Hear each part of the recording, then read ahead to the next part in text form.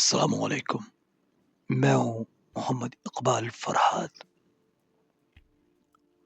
کہانی پیش خدمت ہے عشق بے انتہا عورت بے وفا۔ یہ کہانی صوبہ سندھ کی ریاست خیرپور کے نواب میر علی نواز اور لاہور کی ہیرا منڈی اقبال بیگم کے گرد گھومتی ہے۔ میرے امام بخش نے اپنے بیٹے میر علی نواز کو لاہور کے کالج ایچسن میں پڑھنے کے لیے بھیجا۔ نواب اپنے دوستوں کے ساتھ شام کو جب ٹہلنے نکلتے تو ایک روز وہ ہیرا منڈی کی گلی سے گزر رہے تو ایک آواز ان کے کان میں پڑتی ہے۔ یہ آواز گویا ایک جادو، ایک دم ازل کی کوئی کڑی تھی جو میر علی نواز کے دل سے جا کے جڑی۔ میر علی نواز رک گئے، اپنے دوستوں کے ساتھ اس طرح بڑھنے لگے۔ ویلکم کیا گیا، عزت و احترام کے ساتھ بٹھایا گیا۔ نواب کی پہلی نظر جو اقبال بیگم پہ پڑی وہ گویا دوسری نظر تھی۔ آواز جو کہ ایک جادو تھا ان کے دل پہ اثر کر چکی تھی، اور اقبال بیگم اپنی آواز سے بھی زیادہ خوبصورت تھی۔ اب میر علی نواز اس گلی کے مسافر ہو گئے، یہاں آنا جانا ان کی عادت بن گئی۔ وہ پیسہ نچھاور کرتے اور اقبال بیگم اپنی مہارت کے ساتھ ان کے عشق کو بڑھاتی رہی۔ یہی تربیت تھی، جب عشق انتہا کو پہنچ جائے تو پھر اپنے مطلوبہ مقاصد حاصل کیے جائے۔ اقبال بیگم کے دو بھائی جان چکے تھے کہ بہت بڑی مچھلی ہاتھ لگی ہے، اور نواب نے خوب پیسہ خرچ کیا، عزت احترام اور کچھ قربت کے پل بھی نصیب ہوئے، لیکن وہ قربت جو نواب کے دل میں تھی، جسے وہ ازدواجی شکل دینے کے لیے تیار ہو چکے تھے، یہ باتیں خیرپور پہنچی تو ایک تشویش لاحق ہوئی، کیونکہ وہ بہت زیادہ دولت منگوا رہے تھے۔ والد نے سرزنش کی اور دھمکایا کہ اگر تم اس گلی سے باز نہ آئے تو وہ آگ کر دیں گے۔ چنانچہ والد کے حکم کے مطابق ایک مدت کے بعد جب عشق اپنے عروج کو پہنچ چکا تھا، وہ اقبال بیگم سے جدا ہو کے خیرپور جاتے ہیں۔ اپنے باپ کے حکم کے مطابق وہ کچھ دیر کے لیے اپنے دل کو سمجھا لیتے ہیں، لیکن آنسو بہاتے ہیں۔ قدرت کا کرنا ایسا ہوا کہ میر علی امام دنیا سے رخصت ہوئے، عہدہ میر علی نواز کو ملا۔ اب کیا تھا، وہ عشق پہلے سے کہیں زیادہ عروج کے ساتھ منظر عام پر آتا ہے۔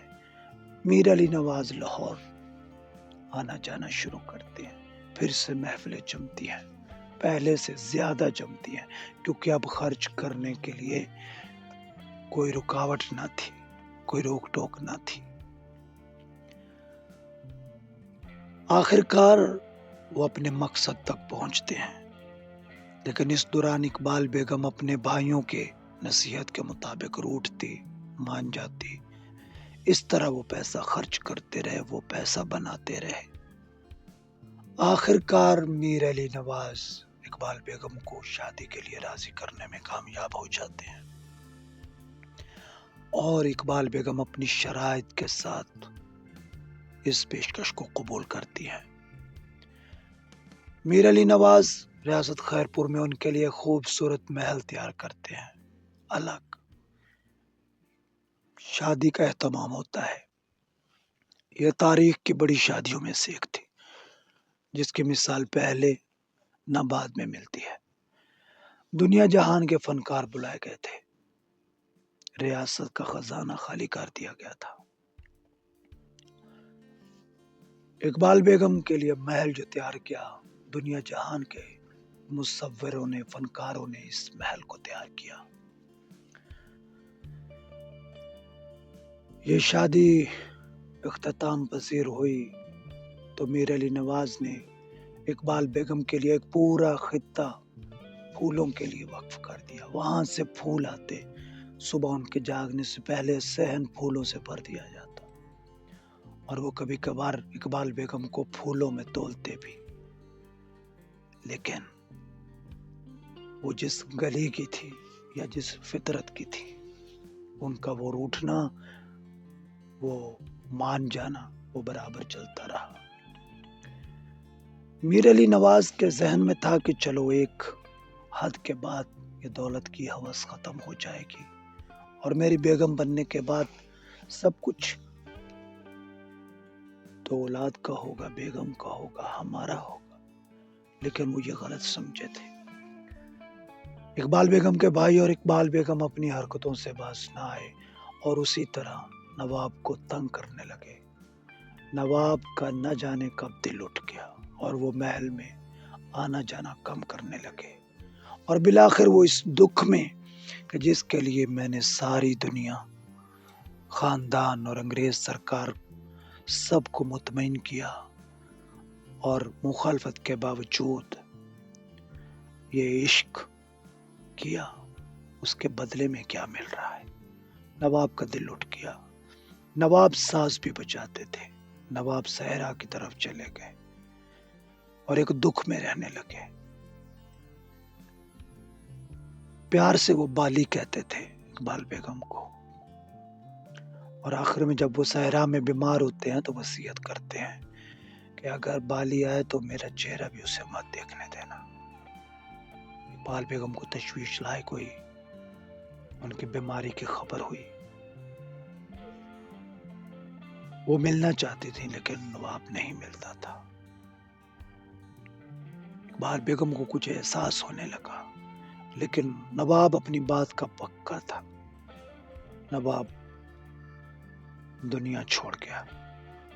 اقبال بیگم کو خبر ہوئی تو چہرہ دیکھنے کے لیے پہنچی تو مصاحبین نے، جو لواحقین تھے، انہوں نے روک دیا کہ آپ کو ان کا چہرہ دیکھنے کی اجازت نہیں ہے، اور انہیں ان کا چہرہ نہیں دکھایا گیا، اسی طرح دفن کر دیا گیا۔ لازم نہیں کہ عشق ہم کریں اور بدلے میں بھی عشق ملے، اور یہ کہنا کہ عشق، محبت سب ڈھونگ ہے، یہ بھی غلط ہے۔ یہ چھوٹی سی سچی کہانی عشق یا محبت کی عملی تشریح ہے۔ یہ الگ بات ہے کہ اقبال بیگم کے دل میں وہ بیج، وہ زرخیز فصل محبت کی، اس طرح نواب لانے میں کامیاب نہ ہوا، لیکن نواب نے اپنے عشق کی انتہا کی اور بتایا کہ عشق کیا ہوتا ہے۔ نواب نے کئی بکس لکھی، ان میں ایک شاعری کی بک بھی ہے۔ تو یہ عشق مرض بھی بن جاتا ہے، علاج بھی بن جاتا ہے۔ یہ ملتا نصیب سے۔ اللہ حافظ۔